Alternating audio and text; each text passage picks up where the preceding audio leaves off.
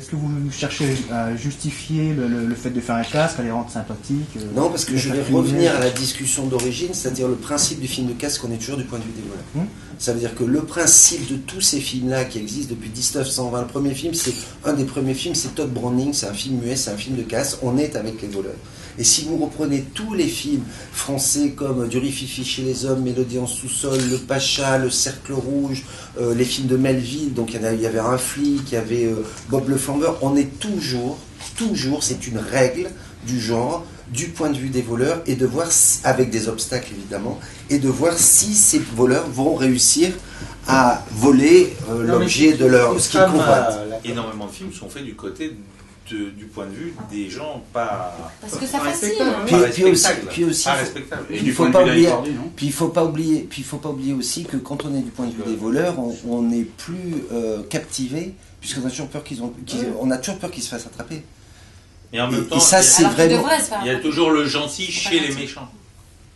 Celui qui va revenir, celui qui va faire mea culpa, celui, voilà, quand même. Parce que ce gars, ce Simon Carrère, c'est le méchant. Mais,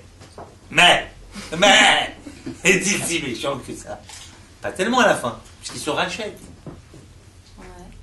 Et chez Scorsese, c'est pareil. C'est les méchants, mais le héros, il se rachète, il balance, toujours il y a une espèce de petite pirouette. Tu le dis pas, ça? Tu vas te faire enculer par le mec là dans pas longtemps, mon petit gars. Non mais c'est vrai, il ne fonctionne pas. Il n'est pas méchant, Simon Carrera. Pour répondre à cette histoire de morale, c'est quand même un mec qui va, au travers de Julia, retourner la morale. Tu te fous de ma gueule. Tu as vu la fin du film ou pas? Non mais c'est vrai. Mais oui. Mais il fait quoi à la fin du film? Il se rachète. Il fait quoi à la fin du film? Il se rachète. Il repart ses coffres. D'accord, mais pour le bien de la cause. Le dernier coffre, c'est pas pour le bien de la cause. Non, si, c'est pour l'amour. Il sait même pas quel est là. Bon, laisse tomber, ça ne sera pas publié. Il a vu Frisette dans la voiture, il a tout compris. Non, t'es mauvais, t'es un voyou. Non, mais c'est rigolo, parce que comme on est, la plupart de nous, on n'est pas des voyous, c'est intéressant de voir comment... Enfin, on n'est pas des voyous, lui, il est moyen. Il dit la plupart, pas du tout. Il dit la plupart. Donc en gros, c'est le principe de ce genre de film, d'être du point de vue des gens qui n'ont pas de morale. On a fait un film pas moral.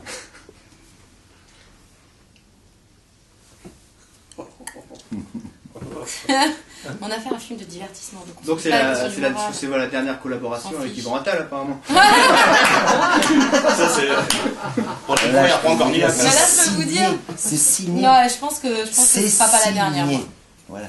Je pense que tu vas être amené à travailler avec Eric. Voilà. Non, c'est film. Il me repropose, voilà. Et il va lui reproposer. C'est lui, il me largue là.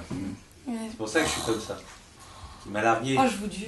Si vous saviez ce qu'il va faire. Une connerie. Ouf. Tout ça parce qu'il ne te prend pas. Je viendrai à Lille en promo de ton prochain film. Je dis rien, d'accord. C'est pas ces Zozo là. Quand c'est un film de Lucas Belvaux, il se tient. Il se tient, mais oui, mais nous, il veut pas. Mais sinon, l'action se passe à Anvers, qui est une ville relativement peu filmée et, si je puis dire, assez peu cinématographique. Si, elle est très cinématographique par contre. C'est une ville très cinématographique. Et aussi, en même temps, elle était assez reliée au projet, puisqu'en fait, Anvers, il y a toute l'histoire des diamants. Toute l'histoire des terres des diamants se passe à Anvers. Donc c'est vrai qu'il y avait une bonne configuration autour de la ville, qui, je trouve, par contre, est vraiment photogénique. Et en plus, il y avait l'ESCO, c'est-à-dire que toute leur fuite, quoi, à un moment donné, permettait... Parce que l'ESCO traverse la ville, donc c'était assez beau. Et on a en effet travaillé autour du diamant, qui est un vrai diamant, hein, puisque c'est un diamant qui un diamant qui a été taillé au XVe siècle, donc c'est un très vieux diamant, qui a toute une histoire. Et donc on a travaillé autour de l'histoire de ce diamant, puisque en fait dans le film, Julia et sa mère ont fait comme une enquête pour retrouver ce diamant. Donc du coup il y a la scène où elle explique où elle a retrouvé le diamant dans le lustre, et on comprend que les gens qui étaient propriétaires en fait avaient caché le diamant dans le lustre de l'appartement.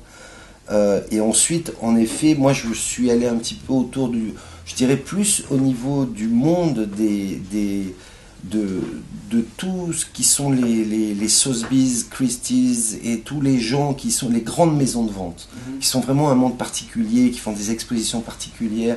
Et donc on est allé un peu à Monaco, on est allé avec Bérénice, on est allé voir une exposition d'un diamant assez célèbre qui s'appelle le Petit Sancy à Paris, qui a été vendu ensuite à Genève, je crois à 9 millions d'euros, 8 millions et demi d'euros.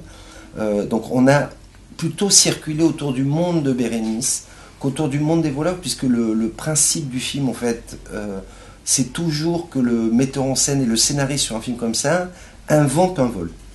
Donc on invente, on devient voleur, on invente comment on pourrait substituer ce diamant alors qu'il y a un système de sécurité, qu'il y a un coffre comme ci, qu'il y a un coffre comme ça, et comment on pourrait organiser le casse. Donc en fait, on est l'organisateur du casse. Voilà. Pardonnez-moi.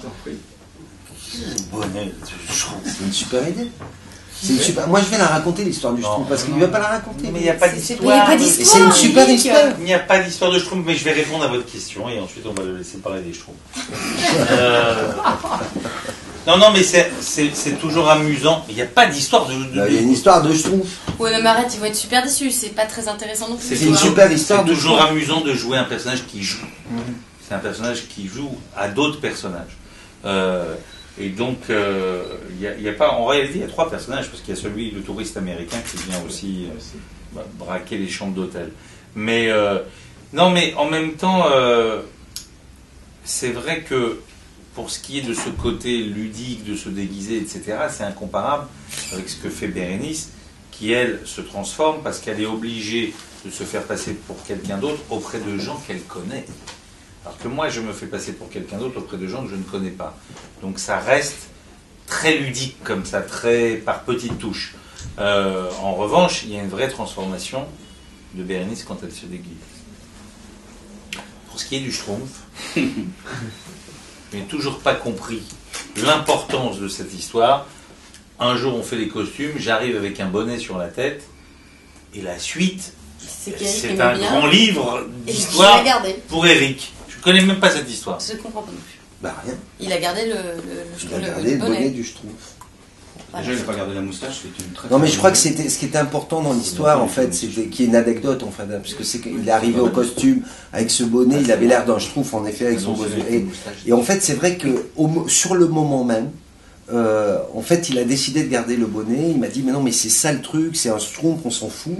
Et je crois que ce qui était très important en dehors de l'anecdote, c'est que il avait, puisque aussi un acteur participe à la construction aussi de ses costumes, de ses choix, etc., c'est qu'il avait renforcé comme ça par ce détail-là un contraste très fort entre le Simon Carrera qu'on voit avec son copain Stévenin quand ils vont au café, etc., et le Simon Carrera quand il est chef de la sécurité, qui va s'habiller en costume sur mesure et qui va se blanchir les cheveux, se vieillir, etc. Donc c'était c'est une anecdote pour montrer à un moment donné comment aussi lui avait travaillé sur ses oppositions assez fortes pour que chaque fois il y ait une caractérisation des personnages qu'il doit inventer pour arnaquer qui soit spécifique.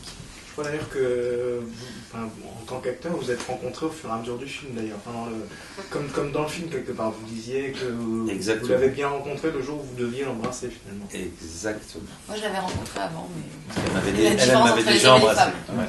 Non, c'est pas ça. Moi, je l'ai rencontré dès le premier jour, mais lui, il a fallu qu'il m'embrasse pour me rencontrer. C'est toute la différence entre les hommes et les femmes. C'est ce que je dis.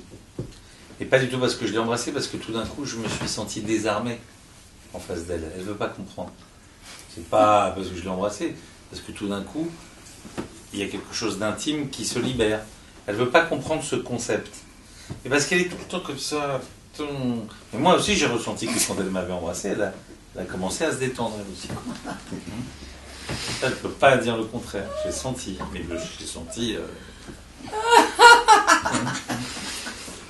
Non, mais c'est vrai que quand on joue, pour parler plus sérieusement, quand on joue avec un acteur, mais je suis très sérieux, Bérénice. Non, mais je sais, je te dis. Il y a des choses, il y a toujours de la timidité quand même, entre même deux acteurs, hein, entre deux acteurs, deux actrices, un acteur, une actrice, peu importe le sexe. Je veux dire, c'est qu'il y a toujours un temps pour tout d'un coup se libérer. C'est pour ça d'ailleurs que les relations entre les acteurs paraissent toujours un peu étranges aux gens. C'est parce que les acteurs ont besoin de se confier, de se dire des choses, d'être en confiance, pour justement, comment dire, quand on n'a plus de secret avec quelqu'un,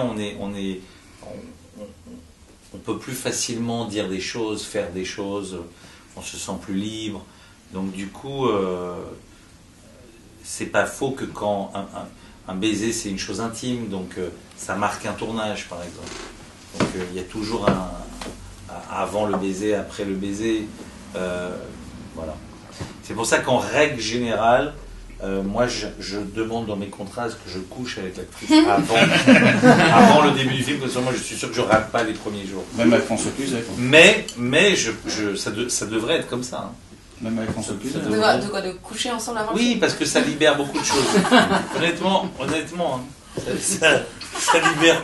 Mais je parle très sérieusement. Ça va suivre toute ta carrière, parce que là, tu l'as dit à chaque ville où je blague, mais je blague pas tant que ça. Donc on va t'en reparler. Non pas de coucher avec l'actrice, parce qu'effectivement, bon, ok, mais je vous assure que c'est pour ça que souvent les acteurs et les actrices ensemble ont comme ça une relation très... Il y a une promiscuité tout de suite, on passe du temps ensemble, on reste dans la caravane, on parle, on se dit des choses, etc. Parce que ça crée quelque chose. On ne peut pas jouer avec quelqu'un qu'on ne connaît pas. On peut jouer avec quelqu'un qu'on n'aime pas. Oui, mais c'est quelque chose. En même temps, c'est pas très agréable. Hein, de jouer avec quelqu'un qu'on n'aime pas, ça peut être très très bien à l'écran. Oui, mais c'est quand même très désagréable. C'est vraiment désagréable. Mais c'est vrai qu'il y a aussi des choses qui se passent comme ça. Mais d'ailleurs, il vaut mieux qu'il se passe quelque chose qu'il se passe rien du tout. Donc voilà pourquoi je dis ça et que c'est pas si anecdotique que ça.